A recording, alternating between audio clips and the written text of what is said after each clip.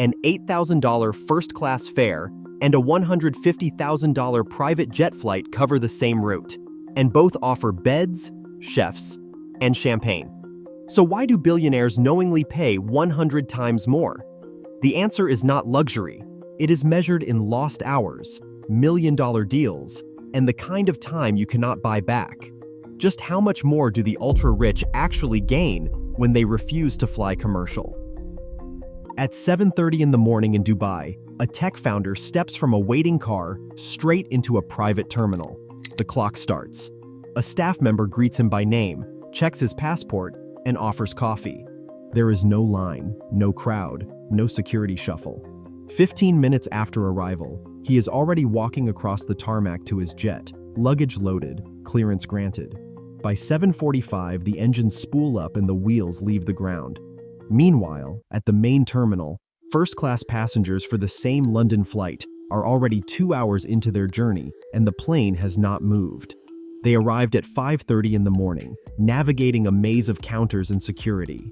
Even with priority check-in, the process is slow. Passport checks, bag screening, then a wait in the lounge. Boarding begins an hour before departure, but lines form anyway. The terminal is bright, noisy, and crowded. Every step is a checkpoint, every minute a small delay. The private jet passenger is airborne before the first-class traveler even reaches the gate. From car door to takeoff, the stopwatch reads 15 minutes.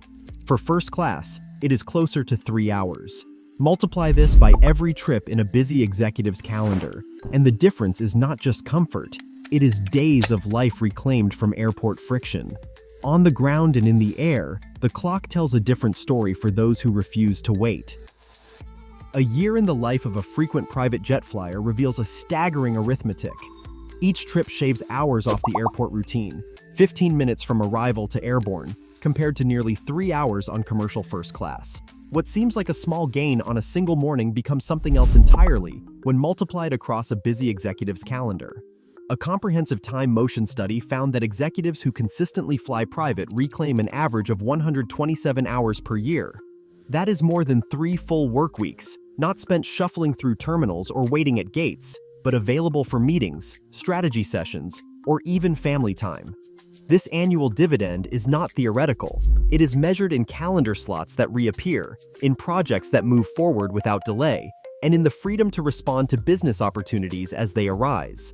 For a founder running a global company, those 127 hours might mean a critical product launch happens sooner, a deal is closed in person, or a crisis is handled before it spirals.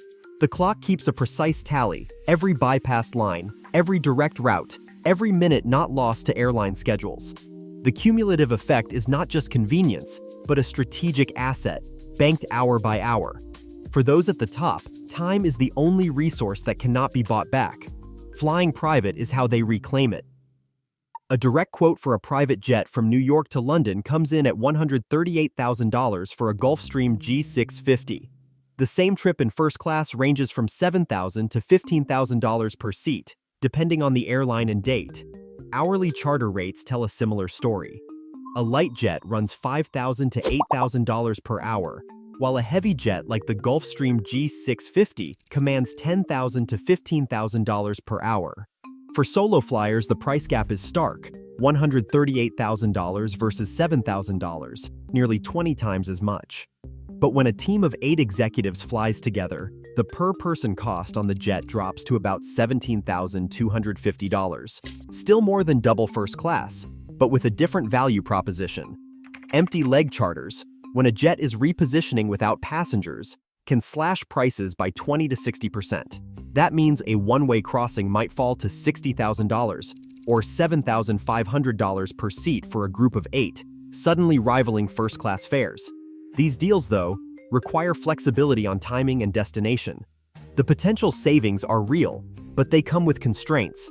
Ownership models add more layers. Charter is pay per trip, with zero ongoing commitment. TUBs. Fractional ownership, like NetJets, demands a 6-figure or 7-figure buy-in. $825,000 for a 1/16th share of a mid-sized jet, plus monthly management fees and hourly rates.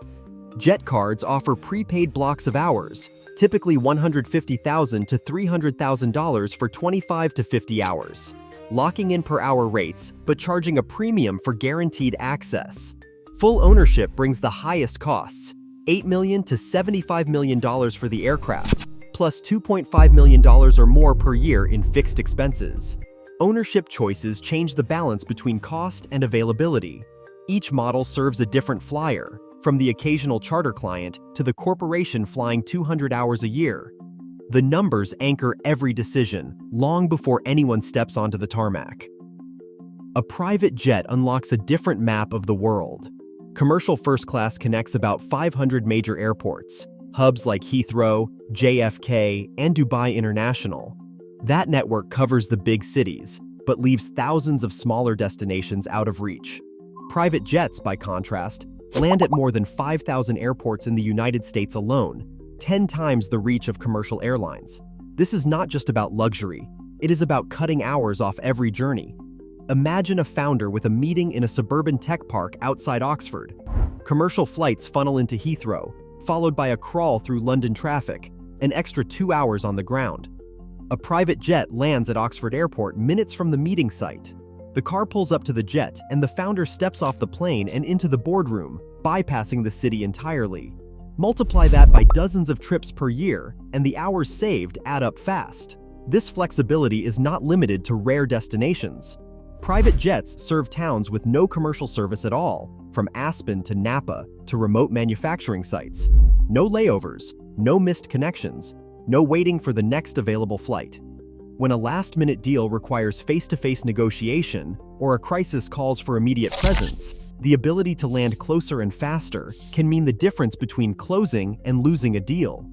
For high-stakes business, the true value of private aviation is measured not just in miles flown, but in operational hours gained. Inside the cabin, the atmosphere changes from travel to work in seconds. Founder A connects to satellite internet, delivering up to 50 megabits per second, enough for live video conferences even with a full executive team on board. Laptops open, confidential documents are reviewed, and negotiations unfold in real time. The network is private, with dedicated firewalls and encrypted connections, matching what is found in top corporate offices. No one outside the invited group sees the passenger manifest. No competitor or journalist knows who is flying or why. Every minute spent in the air is a minute reclaimed for business, not lost to distraction or risk. For high-stakes deals, this level of privacy and connectivity is not just a perk, it is an operational advantage.